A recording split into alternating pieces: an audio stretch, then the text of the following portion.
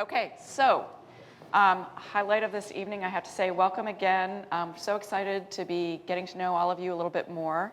And this really is a key milestone for us that I hope you'll take a minute to celebrate, because it is the first time that in the same room we have a past cohort, a current cohort, and a future cohort, which is really exciting. Yay.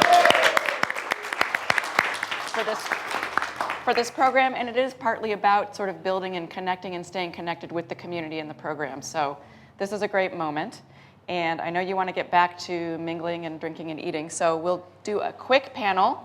So I'd like to introduce folks from our very first cohort: Aniket Handa, Jeremy Friedland, Carolyn Wong, and Gwyneth Hardiman. And I've got a few questions prepared for them just to kick things off, but then I'd like to open up the floor for you all to ask questions as well. So why don't we start just by all of you introducing yourselves to us. Tell us what you did before the program, what your current role is right now in company, and then we'll go from there. Anybody can start. Let me start. We're informal. So this is actually my first adult job after I studied. So before that I was doing nothing, probably just studying a lot. And so currently I'm working as a developer in Xbox team. And what is the second part? What you did prior and your current job title and company. So I assume that's Microsoft, I think. Hi guys, I'm Jeremy. Before the program, I was working for Apple Resale. Sorry, I should probably get closer. Doing training and development for visual merchandising teams across the retail channel. And currently I'm working as a product designer at Facebook. Hi everyone, I'm Carolyn. Previous to coming to the program, I was a marketing manager at a nonprofit, but I had also done marketing at a tech company and at a consumer packaged goods company. And now I'm currently a UX researcher at Amazon in their digital products group. Hi guys, I'm Gwen. Before MHCI+D, I was a project manager and then a studio manager at a creative agency overseas in London. And now I am a design researcher at Microsoft on a team called My Life and Work that's working on a series of mobile productivity apps. Great, thanks. So I'm going to ask you some other questions, and you don't all have to answer them in order. You can kind of jump in whatever you feel comfortable with, and then I will hand it over to the group. And as you ask questions, I'll point to you, and then I'll repeat your question, because again, we are filming for those that couldn't be here today. Tell me a little bit about how you found the current jobs that you're in right now. Networking. So the program is an awesome opportunity to meet people from lots of different companies and interact with them and work with them professionally. The job that I'm doing right now, I actually just started last week as a full-time employee of Microsoft. And before that, I did a couple of contract positions at Microsoft through a company that one of our TAs is a partner of. And the position that company found me, that recruitment company found me, was with someone who I had also met through another course, another piece of work. And so when I went into the interview, it was like, oh, we've already met and chatted. And so it's a really great opportunity to expand your network very quickly and deeply. And your network can include also your cohort itself. So actually one other of our classmates and one of my really good friends actually introduced me to one of the design research managers at Amazon, because she had interned there, and then we got connected, and then that took off. But other opportunities can sort of come from anywhere. Companies come to campus and have sort of one-offs for recruiting. There are a ton of career fairs from all 4 sponsoring departments. And also I had leads from the Chi conference as well. So pretty much anywhere. Yeah, so speaking of career fairs, I'm one of the oddballs who actually got a job from a career fair. So last year was the first year for the design school having a career fair. And that's actually where I met the recruiters from Facebook. And it suddenly turned into a job. They came up to campus and did on-site interviews here. And then within 2 weeks, I had a job. So it's pretty quick. And it happened at a career fair. So pimp yourself at a career fair. A friend of mine recommended me a recruiter, so that recruiter had known this Xbox programming team for a long while, so when I got in touch with her, she was like an instant connect. So I interviewed with the Xbox programming team, and that's how it happened. Great. Thank you. I wonder if it applies, what's the biggest surprise in your transition from being a grad student to industry professional? Blank stares. No surprises. It's all been seamless. I think it really has to do with the constraints. The amount of constraints that you have is ridiculous when you're working just in the real world with technology. Especially, my company is only, 10, 11 years old now. And that code base is that old. Like, there's been updates to it, but there's still constraints with simple things like animations that can't happen because of the way something is built, and you have to work within those constraints to still make a good product. Where in the program, it's all about what your mind can come up with, and then figuring out how to create those in whatever tool that you choose. But real-world constraints is definitely probably the biggest surprise, I'd say. I think for me, one of the big surprises is how similar the studio process is to designing in the real world. So even at Microsoft, where maybe it has a reputation for being like a bit bigger and maybe not as dynamic and quick thinking as a smaller design studio. So even there, in my first contract, within the first week, I was in a room with designers, product managers, other researchers, and we were all sort of sprawled around the room, sketching, getting ideas out, putting them up on the wall, doing affinity mapping.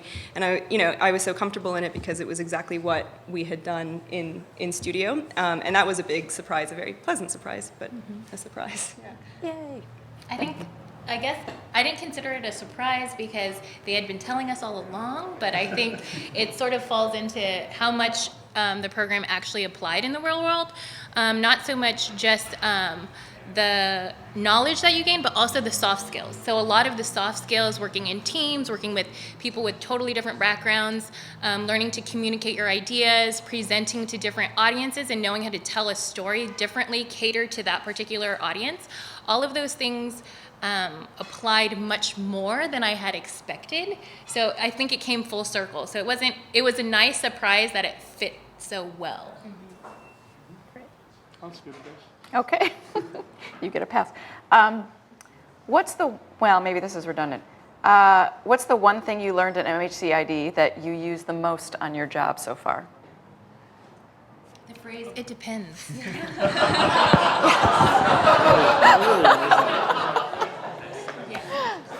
Awesome.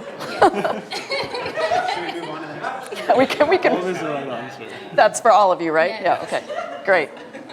For me, it's when to choose the right prototyping tool and when to prototype. That was probably the biggest thing. So that's a shout out to Andy back there who just did the Success Kid. Nice.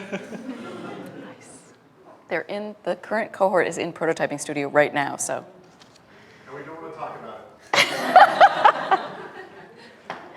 All right. So, did you? Yeah, I realized the importance of prototyping. As a communication tool, even the smallest level of the low fidelity prototyping or paper prototyping. As a developer, I never understood how prototyping is important, but now in a team, if it's such a good thing to present what's in your mind, and it's like when you're in a brainstorm, everyone is just thinking something else. You just cannot get everyone on the same page.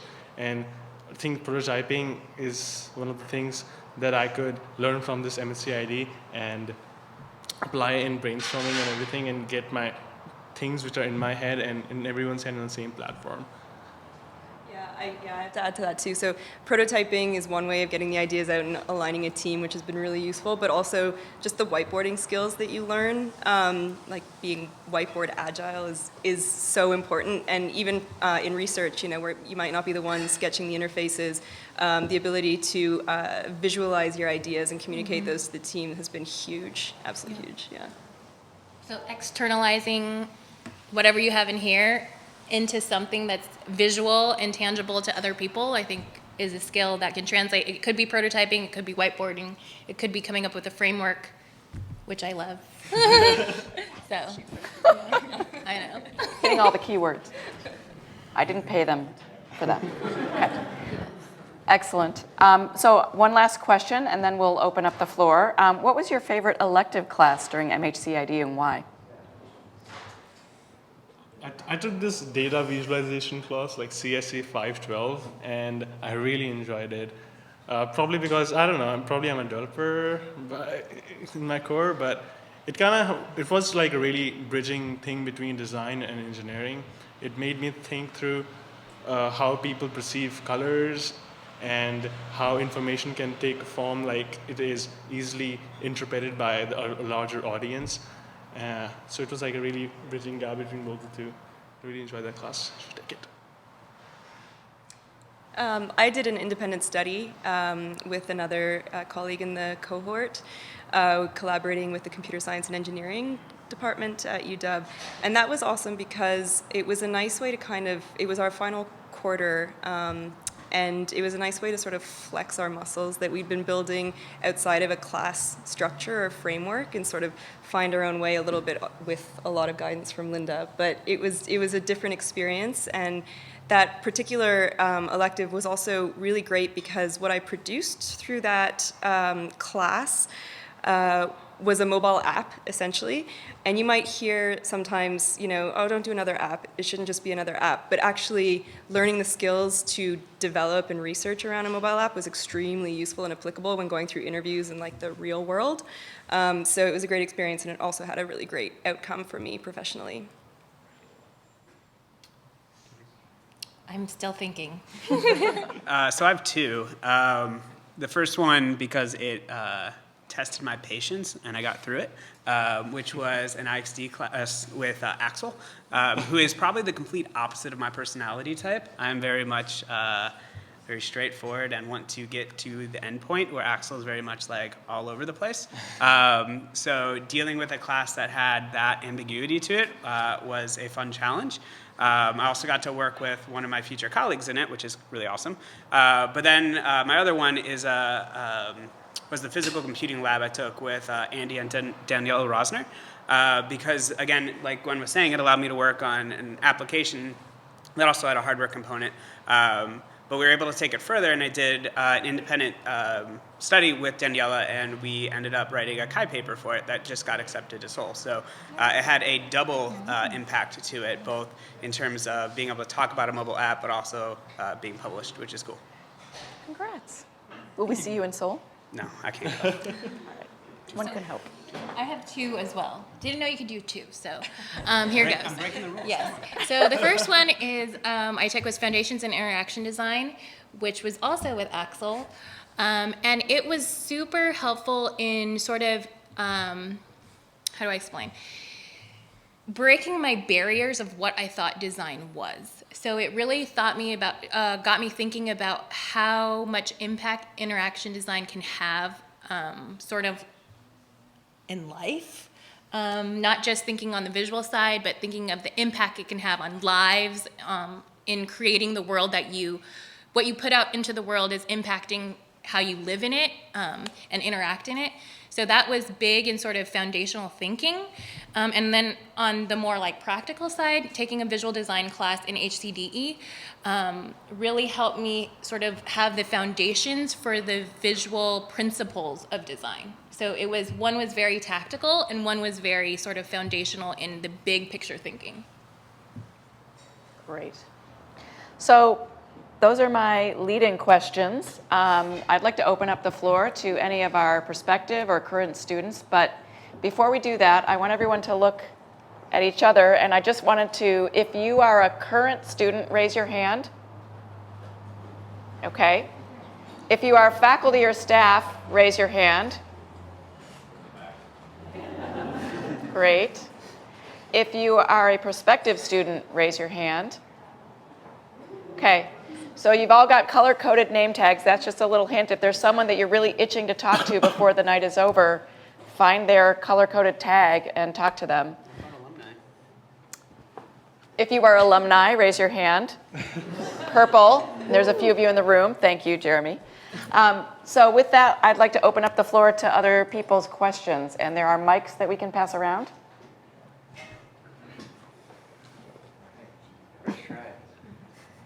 Hi. It's loud. Okay.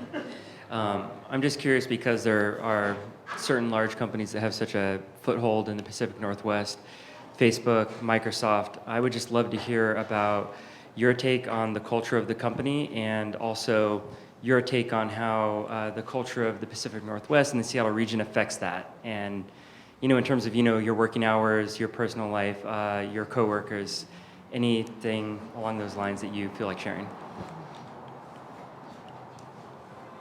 Okay, well, my company wasn't named, but we'll probably have the biggest presence in Seattle, which is Amazon. And I think so your question was, how does the presence influence the city and the city, I would just love to hear about the culture of your company. the culture? Ooh, let's see. I don't know how to explain this. I would say it's a super, Amazon is all about doing things differently. They're super fast paced, really data-driven, customer-centric. And I think the interesting thing about Amazon is that there's so many different parts of what they're doing. So there's the retail side of the business, there's the digital product side of the business, there's online web services, and each part of the business almost operates as a separate business within a larger company. So on the one hand, you have sort of an umbrella culture. On the other hand, you have individual cultures in the groups and in the teams individually. So when you're going to, interview for sort of positions in the future, I would encourage you to not just think about the overarching culture of the company, but also specifically look into your specific team and who you're going to be working with, because that culture could be vastly different from what you hear about sort of the bigger company, if that helps. Yeah, I would totally echo that. I was really struggling with the question because how do you sum up the culture of such a big company? So I'm at Microsoft and I would completely agree. It differs a lot by team.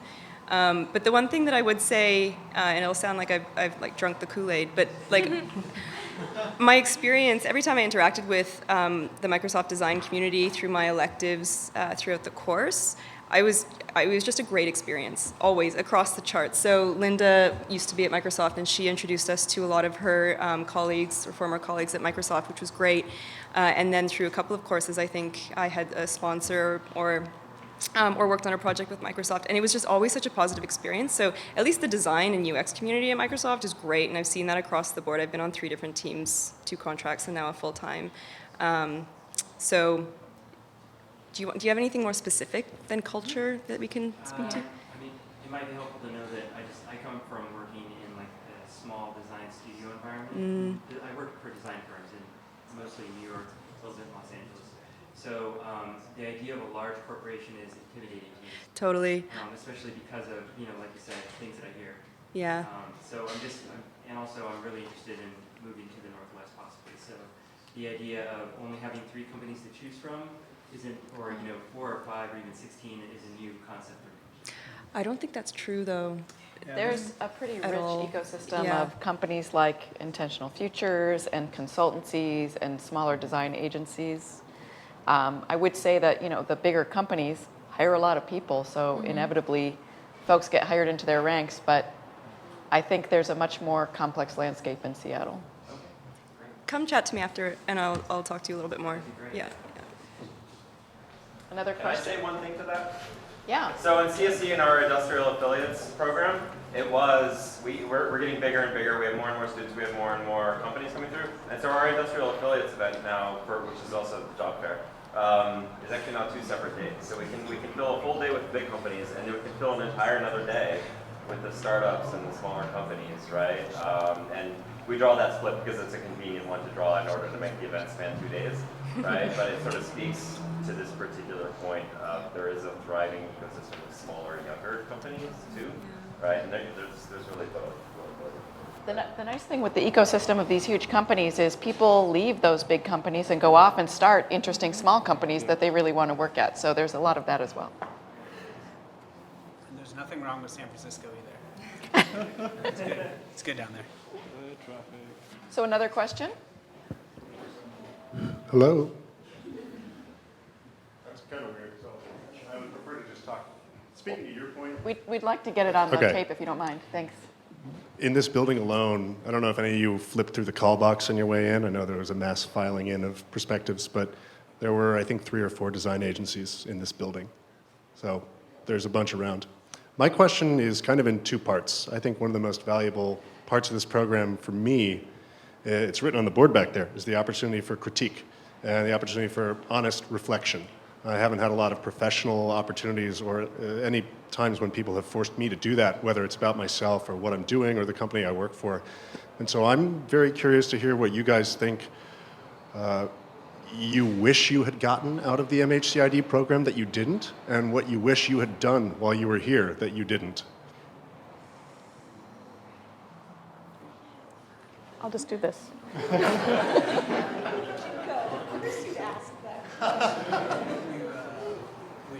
What you wish you had gotten out of the program and didn't, and what you What you wish you had done that you didn't. wish you had done that you didn't. I have something to say, but I just talked. You go. Yeah. So there's a kind of, it's an interesting paradigm. So the program itself is a year. And I think that is a downside, but it's also a positive. And I think having a longer program may have helped, but also may have hindered. So you kind of got to take it with a grain of salt. Like, you got to work hard during that period. So I kind of wish it was a little longer, just because it does take a little bit to get your sea legs when you're coming back to school after, a period of being out of it like I was. So having a little extra time would be good, but also I think I wish I would have taken that data viz class that I dropped out of during one of my quarters. So, because that has definitely come up twice at my job right now. That would have been useful. So, and they told me that was going to be the most used thing, and I still dropped out of that. There's still time. Yeah. Okay. So from my point of view, so this is like a very personal position of mine, but basically what I wished I had done differently was choose my electives more carefully, because I have an anthropology background and previously a visual arts background, and the idea of design has always been really cool to me, but I was like, I'm not a designer. Like, yeah, I'm a big D designer, but I didn't think I was going to end up a visual designer, a graphic designer, or interaction designer. I always knew I was going to go into research, and I kind of flirted with that line a little bit earlier on in the year, and then didn't choose electives that would really give me hard visual design skills. And I think if I had had one more class in that had given me a couple of visual portfolio pieces, my job hunt would have been very different, and I might have actually ended up going into design. And I actually did have an interaction design interview at Frog Design, and they looked at my portfolio and they were just like, we're not seeing the end visual assets, we're seeing great process, but there's just something missing. And so in retrospect, I think that my advice to you would be really, like, even if you're not a designer when you go into this program, you can be a visual designer when you come out of it if you choose your electives correctly to support that goal. And I'm not saying that's a bad thing. It's just a reflection that I've been thinking about a lot lately. Yeah, I have a psych background, and I ended up in design. I thought I was going to do research the whole time, pretty much. So I guess, just echoing on that is, I would almost say, when you're coming into the program, because the time is so short, try to have a strong point of view of where you want to go, whether it's research, whether it's development, or whether it's design, because ultimately you'll be more successful in terms of picking the electives that meet your need. And the main classes will still get you some of that core competencies to be able to talk about design if you're going to be a researcher, or talk about research if you're going to be a designer. So that's another thing that I wish I would have done, is said, I'm going to be a designer at the beginning, and it would have helped. I would say, what I've done differently. I think maybe embraced just being in the program and not worrying about, sort of. I'm trying to think about how best to articulate this, but essentially, like, just embracing the process of being in the program without looking too far forward or looking backwards. So not regretting what you didn't get to do the quarter before, and not sort of being so occupied with the job search. The jobs will come. And of course, I don't know how helpful this is in saying, of course, in hindsight, it's 2020, and I'm like, oh yeah, I could have been totally calm and just focused on studying and embraced not having to work and all of these things. But if this is interesting or good advice to anyone, it would be to like embrace being in the program where you are so you can focus on learning rather than focus on finding a job, because the jobs will come. That being said, I think in terms of courses, I don't think I would have done anything too differently. I'm trying to think if I would. Perfect sample. That's good. That's it. Yeah, I mean, I would just say like coming into this program, I was a bit confused, like what I really want to do. But I think probably having a job description in front of you, like, okay, this is what I want to be after 1 year, just a small program, like it's an intensive program. So if I have this is what you need to be, then you can define how your electives would be like and how your career path and everything should be like. So having a good definition of like, not as vague as mine was, but yeah, having the job description specific that in mind and then going into it would be really helpful. I thought of one. Okay, An go ahead. additional one. Actually, okay, I'm countering what I said earlier, but I kind of regret not being involved in any of the labs. Like when we came and visited there were so many opportunities to do, there's so many research labs, and to be able to do an independent study like Gwen had done. I just never went through the process of planning far enough out to do that, but I think that would have been a really awesome opportunity, because there's so much going on campus that if you're too narrow in sort of like, I'm only MHCI+D, then you miss out on the additional peripheral opportunities that are out there. Great. Take one or two more questions and then we'll get back to more informal mingling. Any other questions? If each of you could give us 3 tips for success in this program, what would Somebody those be? needs 3 tips for success. How about we give you 4 total? Way to renegotiate, Jeremy. Okay.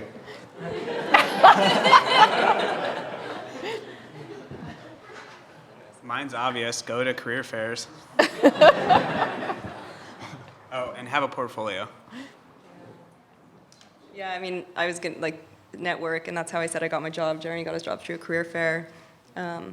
Network your butt off. It's so valuable and fun. It is fun. It's really fun, yeah. I feel like hang out with your classmates outside of class. This broad thing, tips for success. Just work hard, guys. This is all good advice. Don't be shy to bug the faculty about anything. We literally camped outside their door, knocked the doors down, invited ourselves to their meetings. True fact. You Yes. name it, we tried to do it, probably. So don't be shy about asking if things aren't working out, if you want to change something about the program.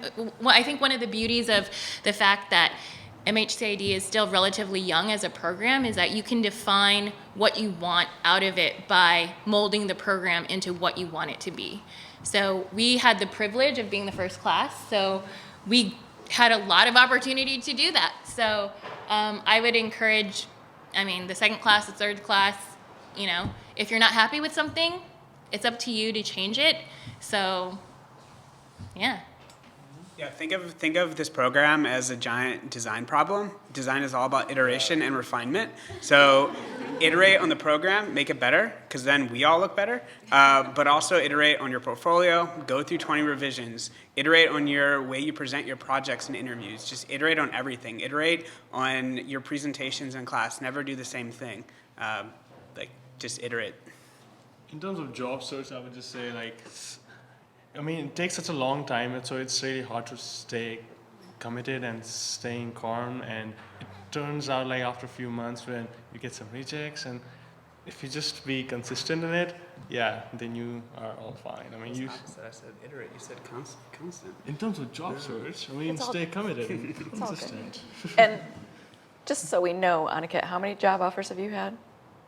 How many job opportunities have you had? At least 3, 4? Yeah, I had Okay. time choosing, and I'm thinking of one more. Nice. Can you just tell the group what your next job is? I actually interviewed here too. Okay. But what's your next job? What are you going to be working on? Just kidding. Next, I'm thinking of moving. I mean, my current job as a developer, I really wanted to try getting out of the school. I really wanted to try developing, and also was confused about more design focused. So I'm moving more towards design and be working at Identity Mine as a UX prototype engineer. So that'll be more designer and less developing. So I'm just figuring things out what works best for me still.